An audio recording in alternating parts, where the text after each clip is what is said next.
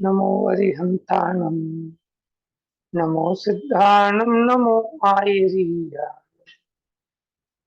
नमो वज्रायाणं नमो लोय सर्वसाहुनं मोक्षमार्गस्य नेतारं भेत्तारं कर्मभूभृतां ज्ञातारं विश्वतत्त्वानां वन्दे तद्गुणलब्धये।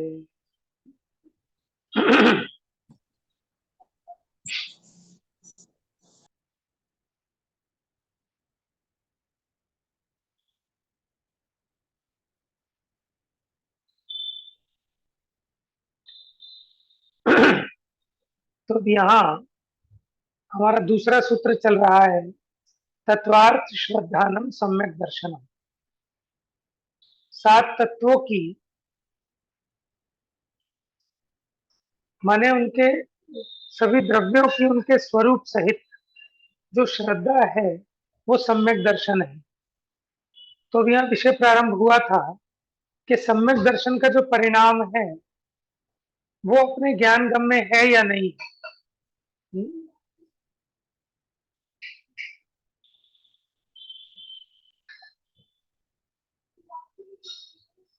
तो यहाँ सम्यक्त्व के भेद बताए दो, सराग सम्यक्त्व और वीतराग सम्यक्त्व।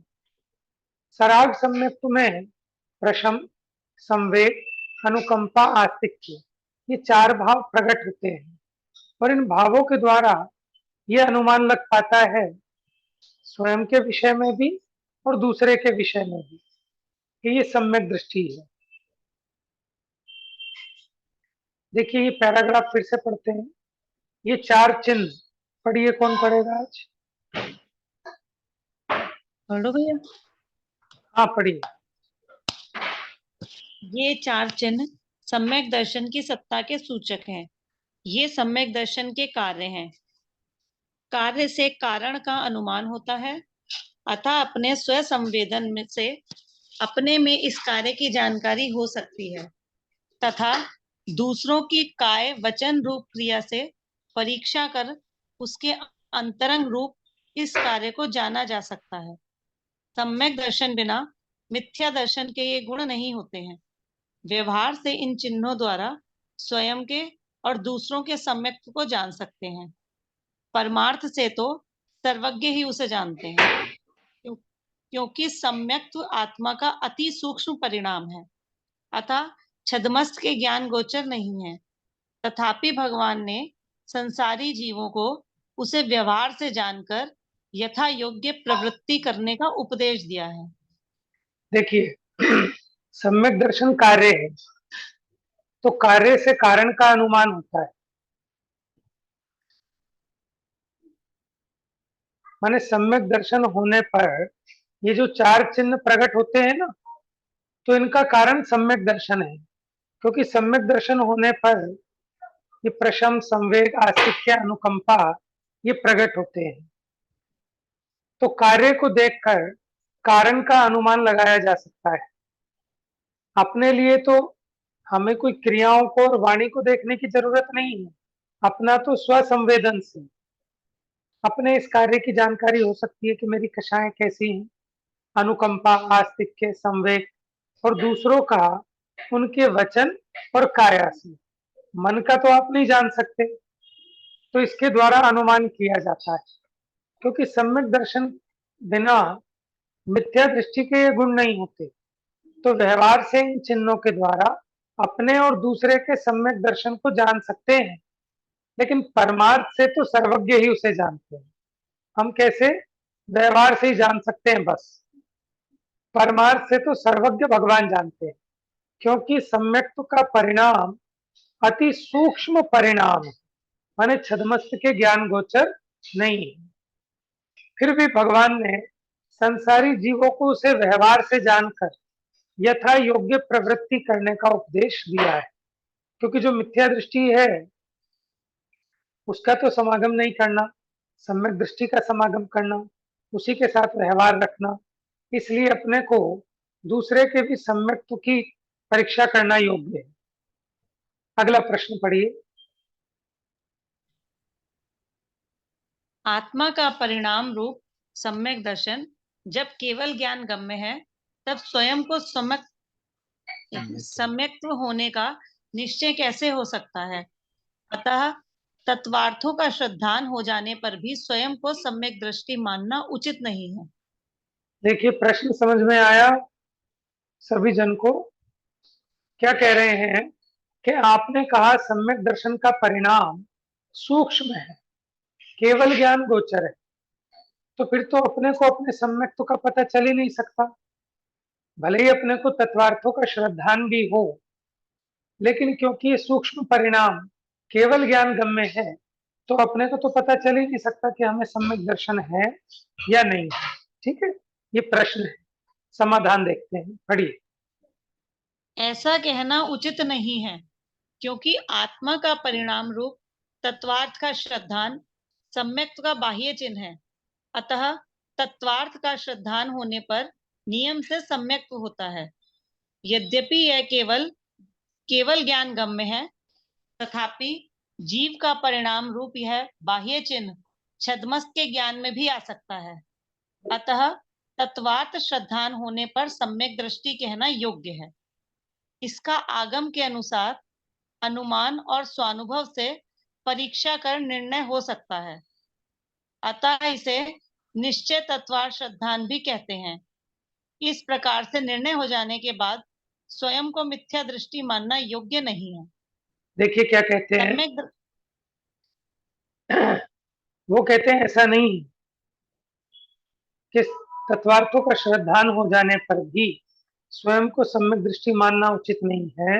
ये जो प्रश्न में बात कही थी, तो यहाँ पंडित जी साहब कहते हैं ऐसा कहना योग्य नहीं है, क्योंकि आत्मा का परिणाम रूप तत्वार्थ का श्रद्धान वो सम्यक दर्शन का बाह्य चिन्ह है, और स्वसंवेदन से अपना तो पता लगता ही है कि सात तत्वों के संबंध में अपनी मान्यता क्या है।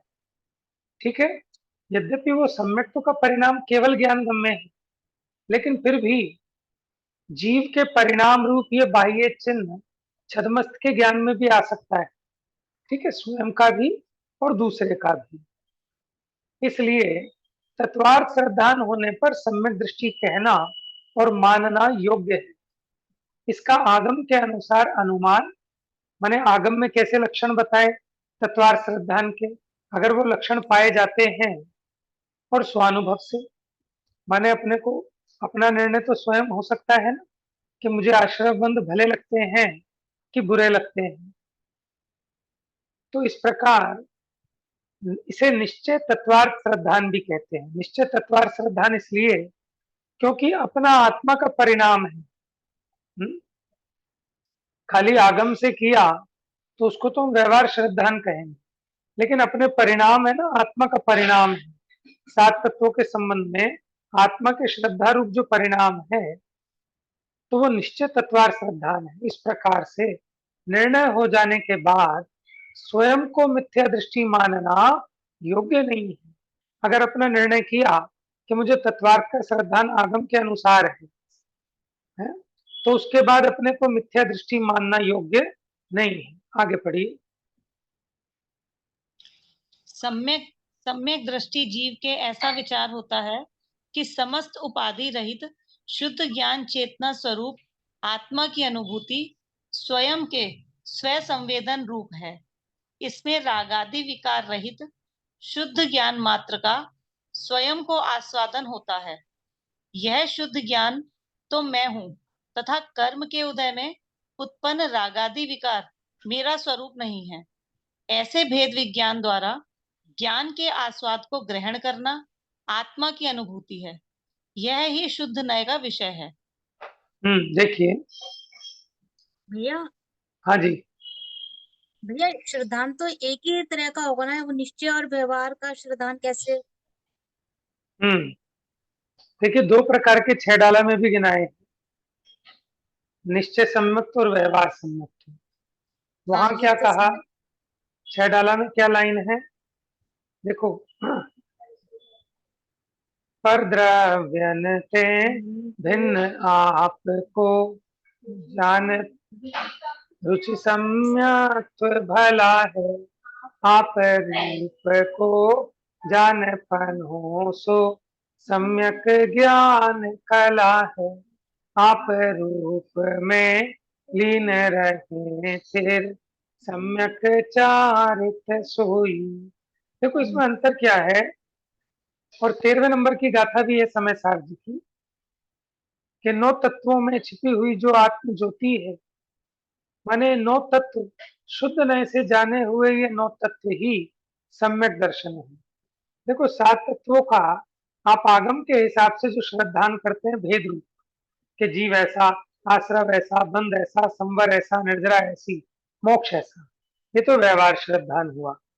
ठीक है, अब उसकी भाव भासना होने पर आत्मा का जो परिणाम होता है उस रूप, ठीक है, उसके श्रद्धान रूप जो आत्मा का परिणाम है वो निश्चय सम्यक दर्शन है। आगम से भेद रूप 7 तत्वों की जो श्रद्धा है वो व्यवहार सम्यक दर्शन, ठीक है ना, और भाव भासना हुई और आत्मा का जो परिणाम है वो अभेद है, ठीक है, उसमें ऐसे 7 भेद नहीं है, वो श्रद्धा तो अभेद होती है, तो जो आत्मा का श्रद्धा रूप परिणाम वो निश्चय सम्यक थी। क्योंकि देखो हमने बताया था स्वाश्रित निरूपण को निश्चय और पराश्रित निरूपण को व्यवहार कहते हैं। ठीक है, जब हम आत्मा के परिणाम को आत्मा का परिणाम कहें, देखो जो श्रद्धा है वो श्रद्धा 7 तत्व की है कि आत्मा की,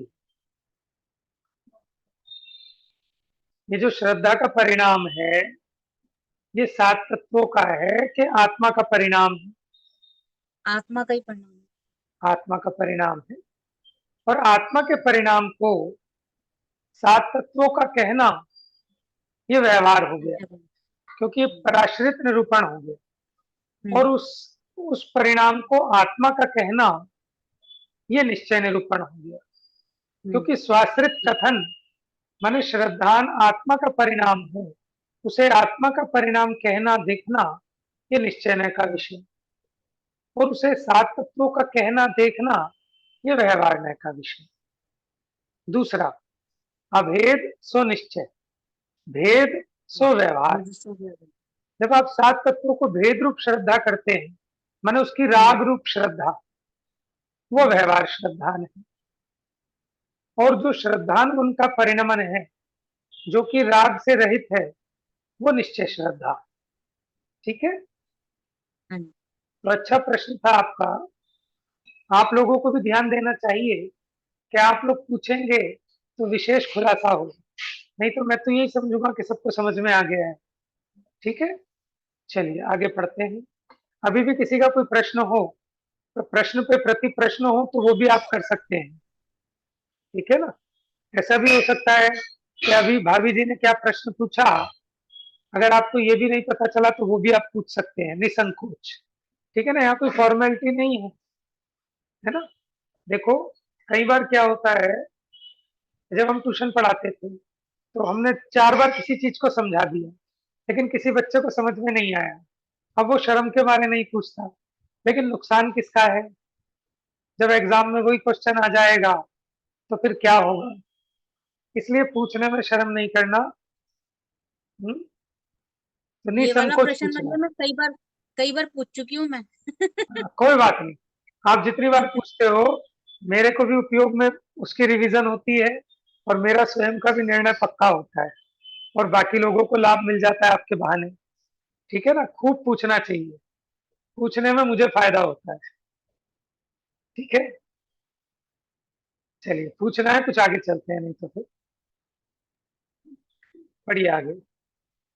आत्मा की ऐसी अनुभूति को ग्रहण करने से शुद्ध नय की अपेक्षा ऐसा श्रद्धान होता है कि समस्त कर्म जनित रागादि भाव से रहित अनंत चतुष्टय में तो मेरा स्वरूप है तथा इससे भिन्न।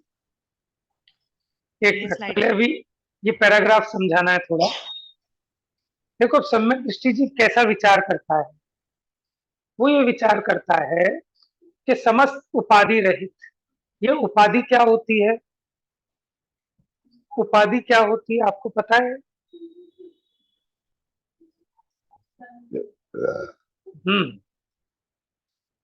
देखो जो अपना स्वभाव तो नहीं है, लेकिन बाहर में किसी निमित्त के कारण ऐसा जो जीव का भाव है वो कहलाता है औपाधिक भाव। जैसे जल का स्वभाव क्या है, शीतलता या उष्णता? शीतलता। शीतलता।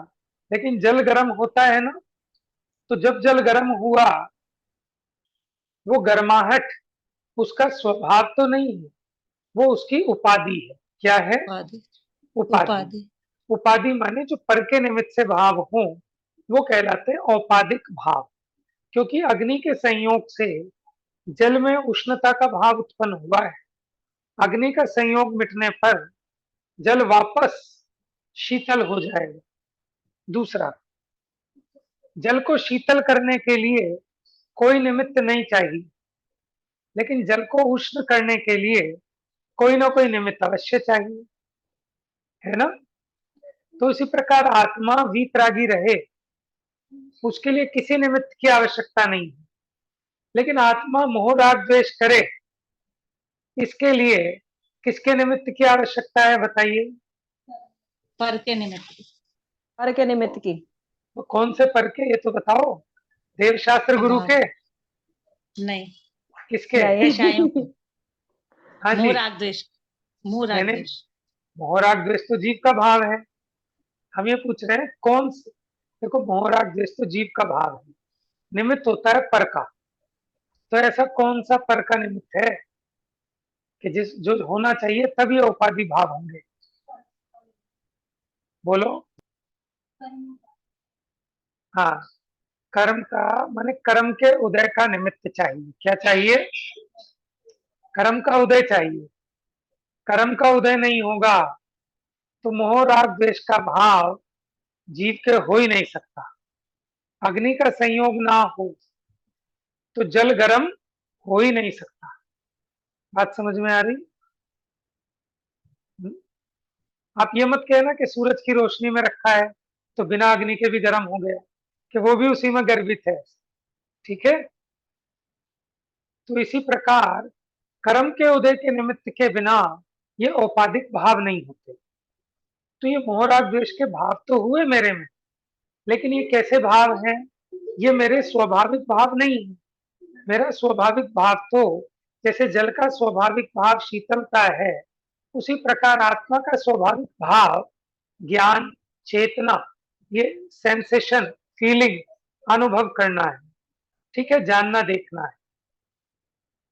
और मोह राग द्वेष करना, कषाय करना, ये सब क्या है? औपाधिक।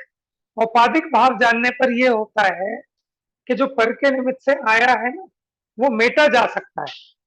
जैसे आपको वायरल हो गया, वायरल हो गया तो अपने को डर नहीं लगता कि कोई बात नहीं, 4 दिन में ठीक हो जाएगा। ठीक है? किसी वायरस के निमित्त से हुआ है और वायरस के नाश होने पर ये ठीक हो जाएगा। उसे हम अपना टेम्परेचर नहीं मानते। जैसे 104 डिग्री टेम्परेचर हो गया तो वो अपने में होने पर भी अपना नहीं। क्यों? कि वो औपाधिक भाव है ना। लेकिन 98.6 वो अपनी बॉडी का टेम्परेचर है, वो बॉडी का स्वभाव है। तो उसी प्रकार ज्ञान, दर्शन, चेतना, ये तो मेरा स्वरूप है, ये मेरा स्वभाव है। इसके लिए मुझे किसी निमित्त की आवश्यकता नहीं है। लेकिन मोह राग द्वेष कषाय ये औपाधिक भाव है, इसलिए इसमें भेद विज्ञान करता है। ठीक है ना? कि मेरा स्वभाव क्या है, और ये जो उपाधि भाव है ये विभाव है, ये मेरा स्वरूप नहीं है। तो उन रागादि भावों से भिन्न ये जो जानने देखने रूप मेरा स्वभाव है, इसको आप रूप, इसकी श्रद्धा करता है। देखो क्या लिखा, सम्यक दृष्टि जीव ऐसा विचार करता है कि समस्त उपाधि रहित शुद्ध ज्ञान चेतना स्वरूप। अब ये शुद्धता का मतलब होता है मिलावट से रहित। चेतना कैसी? मिलावट से रहित। माने वो रागादि से मिक्स करके उसको हम कैसा अनुभव कर रहे थे अज्ञान दशा में, कि मैं ऐसा ही हूं। जैसे मैं क्रोधी हूं, मैं मानी हूं, मैं मायावी हूं, मैं लोभी हूं। ऐसा मिलाकर किस किस को? कि अपने ज्ञान स्वभाव को और मोह राग द्वेष आदि को मिलाकर, ये हो गई अशुद्ध चेतना। तो अशुद्ध चेतना का अनुभव तो कर रहा था, लेकिन राग आदि को भिन्न और ज्ञान आदि को भिन्न, ये ज्ञान आदि ये मेरा स्वरूप है, ऐसा शुद्ध ज्ञान मात्र का जब स्वयं को आस्वादन होता है, आस्वादन माने अनुभव, माने प्रज्ञा छेनी के द्वारा अपने ज्ञान में उसका इस प्रकार का जानना होता है, तब ये जो जानन जानन पना है ये शुद्ध है, ये शुद्ध ज्ञान तो मैं हूं। और ये कर्म के उदय में उत्पन्न ये जो रागादि विकारी भाव हैं, क्रोध मान माया लोभ आदि, ये हो तो रहे हैं मेरे में ही, मेरी ज्ञान चेतना भी इस रूप परिणमित हो रही है, लेकिन ये ज्ञान में उत्पन्न हुआ मैल है। जैसे कभी आप लोगों ने बूरा बनाई हो, बूरा, तो बूरा बनाते हैं ना, तो वो चीनी को या खांड को पकाते हैं पानी डालकर, तो जब वो पकती है तो उसमें से मैल ऊपर आता है, ठीक है, और वो जो मैल ऊपर आया उसको आप बाहर निकाल कर फेंक देते हैं, समझ में आया? तो ये तो आपने मैल निकाला, तब आपको पता चला कि अब ये शुद्ध हो गई, लेकिन जब वो खांड मैल सहित है, तो जो सूक्ष्म दृष्टि पैनी दृष्टि वाला विवेकी जीव है, वो उसमें भी ये देख लेता है कि ये 1 किलो खांड है भैया, इसमें 600 ग्राम बूरा है, ठीक है, बूरा माने मैल को अलग करने पर जो प्योर माल बचेगा, शुद्ध खांड, वो 600 ग्राम। तो उसी प्रकार ज्ञानी मोह राग द्वेष होते हुए भी उसके काल में मोह राग द्वेष से भिन्न अपनी शुद्ध ज्ञान चेतना का अनुभव कर सकता है, करता है। ऐसे भेद विज्ञान द्वारा ज्ञान के आस्वाद को ग्रहण करना, ये आत्मा की अनुभूति है, यह ही शुद्ध नय का विषय। ये बड़ी इंपॉर्टेंट बात है इस पैराग्राफ की, आप लोग विचार करना, नहीं समझ में आए तो पूछना। ये पूरा आत्मानुभूति का विषय है इसमें, कि सम्यक दृष्टि को आत्मानुभूति कैसे होती है। एक बार फिर से पढ़िएगा इसको। सम्यक दृष्टि जीव के ऐसा विचार होता है कि समस्त उपाधि रहित शुद्ध ज्ञान चेतना स्वरूप आत्मा की अनुभूति स्वयं के स्वसंवेदन रूप है। इसमें रागादि विकार रहित शुद्ध ज्ञान मात्र का स्वयं को आस्वादन होता है। यह शुद्ध ज्ञान तो मैं हूं तथा कर्म के उदय में उत्पन्न रागादि विकार मेरा स्वरूप नहीं है। ऐसे भेद विज्ञान द्वारा ज्ञान के आस्वाद को ग्रहण करना आत्मा की अनुभूति है, यह ही शुद्ध नय का विषय है। आत्मा की अनुभूति क्या है? रागादि मिलाकर अनुभव करना, वो एक्चुअल में शुद्धात्मा की अनुभूति नहीं है, वो अशुद्ध आत्मा की अनुभूति है। तो शुद्धात्मा की अनुभूति क्या है? परद्रव्य से, परद्रव्य के भावों से, जैसे शरीर आदि, इसके रूप रस गंध वर्ण आदि, इनसे भिन्न, और कर्म के उदय के निमित्त से अपने में उत्पन्न होने वाले जो मोह राग द्वेष आदि भाव हैं, उनसे भी भिन्न एक ज्ञान चेतना की अनुभूति। ये जो चेतना रूप भाव है, इसको पकड़ना माने ज्ञान में इसका संवेदन करना, इसको ऊर्ध्व करना, इसको मुख्य करना, इसका नाम है ज्ञानानुभूति। इसी को कहते हैं आत्मानुभूति, क्योंकि ज्ञान कहो कि आत्मा कहो एक ही बात है। ज्ञानानुभूति ही परमामृत है, ज्ञानमयी मेरी काया है परम पारिणामिक निष्क्रिय, जिसमें कुछ स्वांग न दिखलाए। मैं देख स्वयं के वैभव को प्रभुवर अति ही हर्षाया, ऐसी स्वाभाविक निर्मलता अपने अंतर में पाया। फिर रह न सका उपयोग प्रभो, बहुमान आपका आया है ना। रविंद्र पंडित जी द्वारा रचित पूजन है, कौन सी पूजन है? वीतराग पूजन, ठीक है, आप लोग भूकंप आ करना। रहा है, भूकंप आ रहा है। कोई बात नहीं, आने दो। भूकंप आ रहा है, गया गया नहीं आ रहा है, अभी भी आ रहा है। अभी कोई नहीं, चला जाए। ठीक है, जिनका कोई उदय भी होगा अच्छा काम कर रहे हैं। वो बच अच्छा काम जाएंगे। कर देखो, आत्मानुभूति की चर्चा चल रही है ना। तो भूकंप भी आ जाए, आयु भी पूरी हो जाए, कोई चिंता नहीं है। कि जीव को शरीर से, है राग आदि से भिन्न उस आत्मा का संचेतन हो जाए तो भव सफल हो जाए। ठीक है ना। और ये विचार करना चाहिए कि मरण मेरा हो नहीं सकता। ठीक है, क्योंकि मैं कभी मेरे को छोड़ नहीं सकता।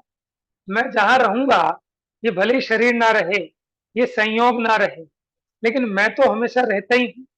इसलिए मैं तो अनादि अनंत हूँ। जब मेरा मरण नहीं है तो भय काहे का? भय लगता है कि संयोगों के छूटने का, क्योंकि इन संयोगों में जीव को राग है और ये राग के कारण दुखी होता है। तो अब राग का अभाव करो तो दुख मिट जाएगा। लेकिन राग का अभाव पहले श्रद्धा को सच्चा किए बिना राग का अभाव हो नहीं सकता। आप लोगों को कैसे पता चला भूकंप आया? बेड हिल रहा था भैया, हम बेड पे बैठे बैठे। हुए हिल रहे हैं, कुर्सी हिल रही है हमारी। हम तो वैसे ही हिलते रहते हैं ऐसे ही। हमें तो पता ही नहीं चला। चलो किसी चीज के ऊपर बैठो तब ज्यादा बदलता है। हाँ जमीन पे इतना पता नहीं चलता, बेड पे बैठे थे ना आज हम, इसलिए पता। ठीक है, ठीक है। चलिए पढ़िए आगे। चलिए पढ़िए। आत्मा भैया थोड़ा स्लाइड ऊपर कर दो उसका। हाँ, ये वाला पढ़ो तो। आत्मा की ऐसी आत्मा अनुभूति की को, ऐसी अनुभूति को ग्रहण करने से शुद्ध नय की अपेक्षा ऐसा श्रद्धान होता है कि समस्त कर्म जनित रागादि भाव से रहित अनंत चतुष्टय में तो मेरा स्वरूप है तथा इससे भिन्न पर संयोग रूप कर्म जनित संपूर्ण भाव मेरे भाव नहीं है, वे मुझसे भिन्न है। ऐसा भेद विज्ञान रूप सतत विचार सम्यक्त्व का मुख्य चिन्ह है। मिथ्यात्व और अनंतानुबंधी चतुष्क के अभाव में ऐसे भेद विज्ञान पूर्वक सम्यक्त होता है। यह भेद विज्ञान सहित तत्वार्थों के श्रद्धान रूप आत्मा का परिणाम है। अतः स्थूल रूप से छद्मस्त जीवों को ज्ञात हो जाता है। इस प्रकार सामान्यतः संसारी जीवों को भी सम्यक्त का निश्चय हो जाता है। देखिए ये जो भेद विज्ञान रूप विचार है ना, मिथ्यात्व और अनंतानुबंधी चौकड़ी के अभाव में ऐसे भेद विज्ञान पूर्वक, जो भी पीछे लास्ट पैराग्राफ में हमने किया, ऐसे भेद विज्ञान से सम्यक होता है। ठीक है, अगर सम्यक तो चाहिए तो उसके लिए भेद विज्ञान का कारण मिलाना ही होगा। ठीक है, ये भेद विज्ञान इस सहित जो तत्वार्थों के श्रद्धान रूप आत्मा का परिणाम है, वो सूक्ष्मता से तो आपको पकड़ में नहीं आएगा, लेकिन स्थूल रूप से हम जैसे छद्मस्त जीवों को ज्ञात हो जाता है। इस प्रकार सामान्यतया संसारी जीवों को भी सम्यक्त्व का निश्चय हो जाता है। ठीक है, पढ़िए। भाव यह है कि सम्यक दर्शन रूप आत्मा का परिणाम अति सूक्ष्म होने से यद्यपि केवल ज्ञान गम्य है, तथापि कुछ बाह्य चिन्हों द्वारा छद्मस्त के ज्ञान गोचर भी है। अतः उन चिन्हों से परीक्षा कर स्वयं को मिथ्या दृष्टि मानना योग्य नहीं है। यदि ऐसा स्वीकार नहीं करेंगे तो सम्यक का निश्चय नहीं हो पाने से समस्त व्यवहार का लोप हो जाएगा। सभी मुनियों और श्रावकों की प्रवृत्ति मिथ्यात्व सहित ठहरेगी, तब धार्मिक व्यवहार कैसे होगा? यह महादोष है। अतः परीक्षा होने के बाद स्वयं को मिथ्या दृष्टि नहीं मानना। देखिए बड़ी इंपॉर्टेंट बात आई है इसमें। अभी तो क्या है कि हम जो है ना आंख मीच के सबको मिथ्या दृष्टि कह देते हैं, स्वयं को भी और सबको। ठीक है, लेकिन अगर सब मिथ्या दृष्टि ठहरेंगे तो फिर धार्मिक व्यवहार का लोप हो जाएगा।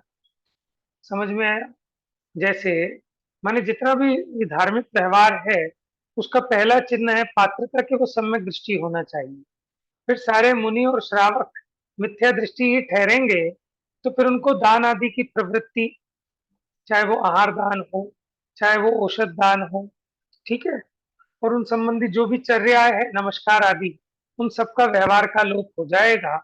इसलिए अपने और दूसरे के सम्यक्त्व का निर्णय करना भी जरूरी है।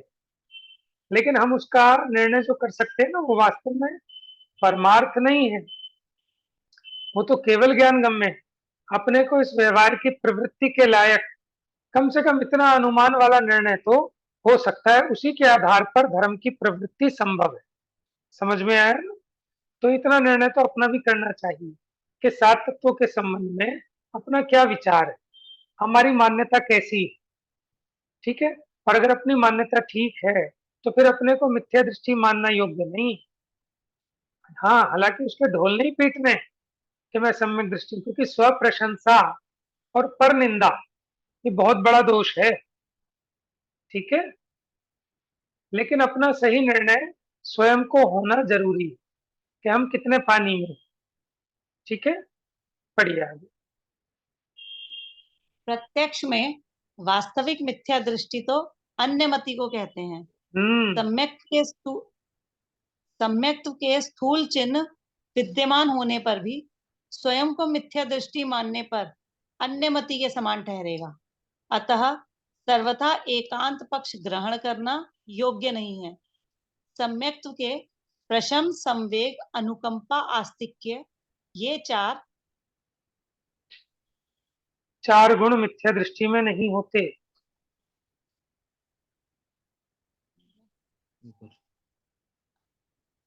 मिथ्या दृष्टि, ये चार गुण मिथ्या दृष्टि में नहीं होते हैं। अतः इनसे सम्यक की परीक्षा करना योग्य है। देखो क्या बात आई यहाँ पर कि प्रत्यक्ष में वास्तविक मिथ्या दृष्टि तो अन्य मति को कहते हैं।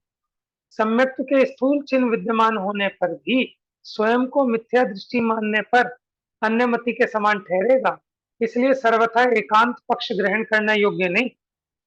ठीक है, इसलिए सम्यक्त्व के जो चिन्ह बताए उनके द्वारा परीक्षा करना योग्य है। प्रश्न। इस प्रकार मिथ्या दृष्टि के प्रशम, अनुकंपा नहीं होने पर भी कहाँ उसके पहुंच गए द्वारा आप? एक पैराग्राफ प्रश्न, छोड़ दिया आपने। अच्छा मैंने पहले वाला क्वेश्चन छोड़ दिया, सॉरी। क्रोध का उपशम तो मिथ्या दृष्टि जीव के भी हो जाता है, अतः उसके भी प्रशम होने का प्रसंग आएगा। देखो गजब की बात आ गई कि आपने तो कहा ये चार चिन्ह जहां पाए जाएं वो सम्यक दृष्टि है, तो प्रश्न किया कि भैया ये चार चिन्ह तो मिथ्या दृष्टि के भी पाए जा सकते हैं, मिथ्या दृष्टि के भी कई बार क्रोध का उपशम हो जाता है, तो क्या हम उसको भी सम्यक दृष्टि मान लें? क्या उसके भी प्रशम गुण मान लें? हाँ जी, पढ़िए। यह दोष यहाँ नहीं है, क्योंकि मिथ्या दृष्टि जीव के क्रोध का उपशम होने पर भी अनंतानुबंधी मान का उदय होने से वह तत्व को सर्वथा एकांत रूप मानता है तथा उन मिथ्या तत्वों में स्वयं सत्यार्थ पने का अभिमान करता है। इस प्रकार उसके अनंतानुबंधी मान है। इसके साथ ही अनंत धर्मात्मक वस्तु स्वभाव के संबंध में उसे द्वेष रहता है, अतः अनंतानुबंधी क्रोध भी रहता है।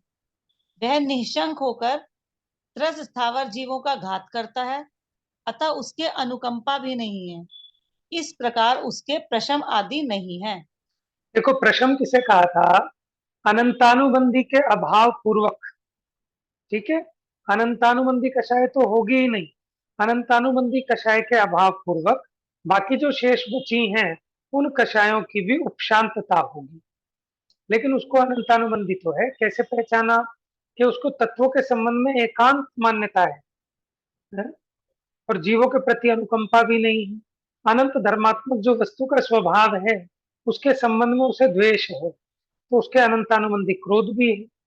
त्रस स्थावर जीवों का घात करता है, इसलिए उसके अनुकंपा भी नहीं है, इसलिए उसके प्रशम आदि भी सच्चे नहीं है। अगला प्रश्न।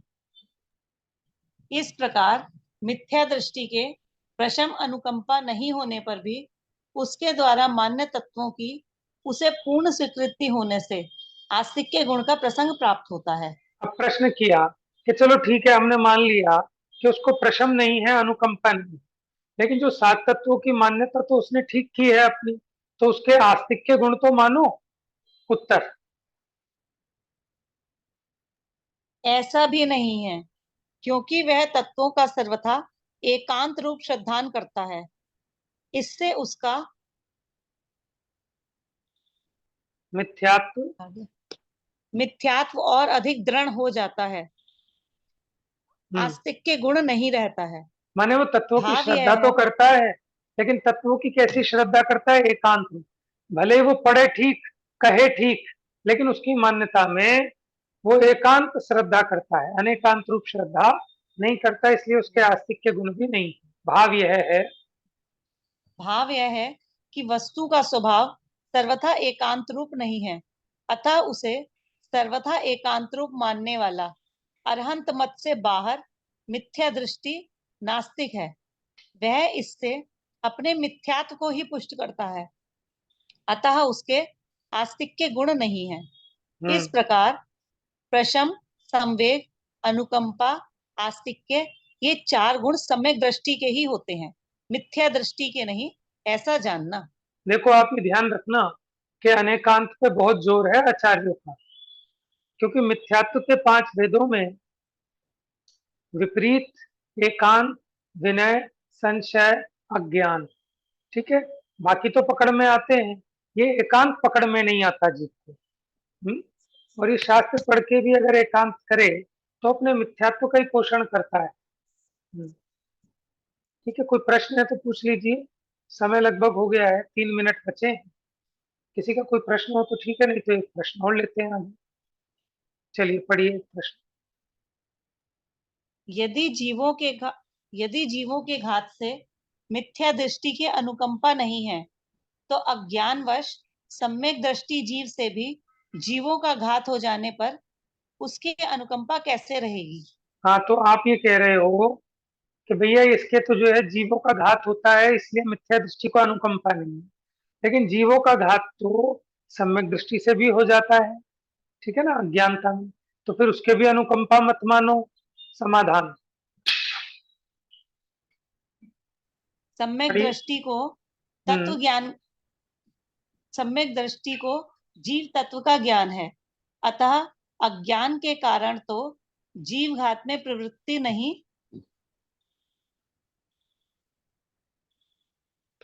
होती है, परंतु चारित्र मोहिनीय कर्म के उदय में विद्यमान अव्रत और प्रमाद से जीवों का घात हो जाता है, वहां उसे वह अपना अपराध स्वीकार करता है। ऐसा नहीं है कि ये जीव ही नहीं है अथवा जीवों के घात करने में क्या हानि है। इस प्रकार इसके आंशिक अनुकंपा विद्यमान होने से कोई विरोध नहीं है। देखो क्या समझा दिया कि ज्ञानी के भी होता है, लेकिन वो ये नहीं कहता कि ये जीव ही नहीं है, इसमें क्या हानि है। और अज्ञानी क्या कहता है, अरे इसमें थोड़ी ना कुछ हो जाता है, इसमें क्या हो गया, ये तो चलता है। वो उसे अपना अपराध मानने को तैयार नहीं है। और ज्ञानी भले ही वो पूरी क्रिया, पूरा वो सब नहीं पाल पाता, लेकिन फिर भी उस कमी को अपना अपराध मानता है, अपना दोष मानता है, उसको मेटना चाहता है, यानी उसके परिणामों में अनुकंपा है। ठीक है ना, जैसे मान लो कोई शुद्ध का भोजन नहीं खाता, लेकिन फिर भी उसके परिणामों में ये रहता है कि हम कितने पापी हैं, हमें सुधरना है, हमें सुधरना है, क्योंकि उसमें बहुत जीवों का घात होता है। लेकिन अज्ञानी कहता है अरे साहब इसमें क्या हो गया, गृहस्थी है, हम कोई व्रती थोड़े ही हैं, हम कोई महाव्रती थोड़े ही हैं। ठीक है ना, ये पता लग रहा है कि इसको अनुकंपा नहीं है जीवों की, अंतर है ना दोनों की मान्यता में। तो इस प्रकार ये बड़ी सुंदर चर्चा चल रही है सम्यक्त्व के बारे में। तो अपने और दूसरे के सम्यक्त्व का निर्णय सिर्फ अपनी धार्मिक प्रवृत्ति के लिए जरूरी है, नहीं तो व्यवहारिक जो प्रवृत्ति है उसका लोप हो जाएगा। ठीक है, तो इसलिए समझना, इसके संबंध में भी अनेकांत बताया कि केवल ज्ञान गम्य होने पर भी ऐसा नहीं है कि छद्मस्त में ज्ञान में बिल्कुल भी नहीं आ सकता। छद्मस्त के ज्ञान में भी अपना व्यवहार चलाने लायक उसका अनुमान हो सकता है और करना भी चाहिए। ठीक है, शेष चर्चा कल करेंगे। जा वाणी के ज्ञान से सूझे लोकालोक, सो वाणी मस्तक नमो सदा देत हूँ धो।